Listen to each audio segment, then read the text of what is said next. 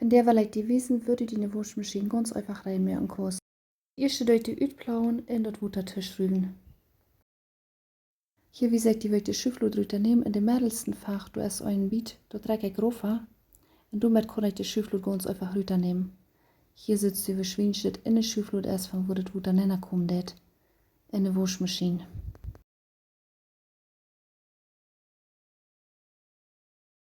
Wenn ich das abgemerkt habe, lege ich in Kaderhand und schreibe das ab. Da wird Wutter kommen, so ich habe in Kaderhand, dass das nicht in der Waschmaschine noch schälen wird. Und hierbei kann es sein, du findest noch irgendwas. Nochmal kann ein Spal sein oder irgendwas. Dann nehme ich diesen kleinen Schlauch normal mit dem Bund durchzurieden. Meine ging finde er nicht. Aber ich merke den dann einfach ab, da haft einen Stöpsel zum Abmerken. Das Part darfst du unbedingt aber nicht für jeden bei der Waschmaschine reinmerken. Um das reinmerken, brauche ich heute das Wutter, ein Spunker und dann noch Abwaschsäube, aber halb mit Erik. Meine Waschmaschine habe ich all 14 Jahre in Gebrauch. Dort heute ich wohl nicht alles reinkriegen, aber ich das so gut, dass ich das kann. Und das dann mit einem Spunker und mit einer Teenwasch. Und versucht das allerweil so gut, dass ich das kann reinzumerken. Die Waschmaschine reinmerken hilft einfach dafür, dass die Waschmaschine länger holen wird. Und dass die Wasch reiner wird und besser riecht.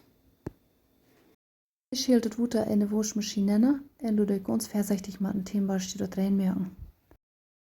Wenn ich das allererst nehme ich mit dem Gummring fair. Diese steht hier irgendwie im Ring, den kannst du eigentlich immer reinmerken, wenn du gewaschen hast. Hier hängen war hier ist es ein bisschen schwer, so ich war dort beides reinmerken. Du denkst, dass ich eine Ölwaschmaschine habe und wie kalt im Wutter Hand kriegt das auch nicht alle rein, aber all das, was los ist, was da muss ich sagen, schwindet abgebackt ist, versuche ich so gut, dass ich das kann, alle reinzumerken. Ganz rundum. Du hängen durch das hier unten reinmerken. Ich nehme meinen Kader und versuche all das Grise, was da drin ist, reinzumerken. Normal ist du auch immer am besten was vom Waschpulver abgebackt bin. Und dann würde ich die Schüfflut und dann die Schüff von der Uin beides reinmerken, so gut dass ich das auch kann. Kann ich mit das Abwaschsäub in Erik domang, ich habe das hier nicht stört im warmen Wasser liegen, dann kann ich einfach all abwägen. Wenn das dann all rein ist es war der Leute im Donen saten. Dann nehme ich einfach noch einen Kader und würde dann von Büten, so gut dass ich das kann auch reinmerken.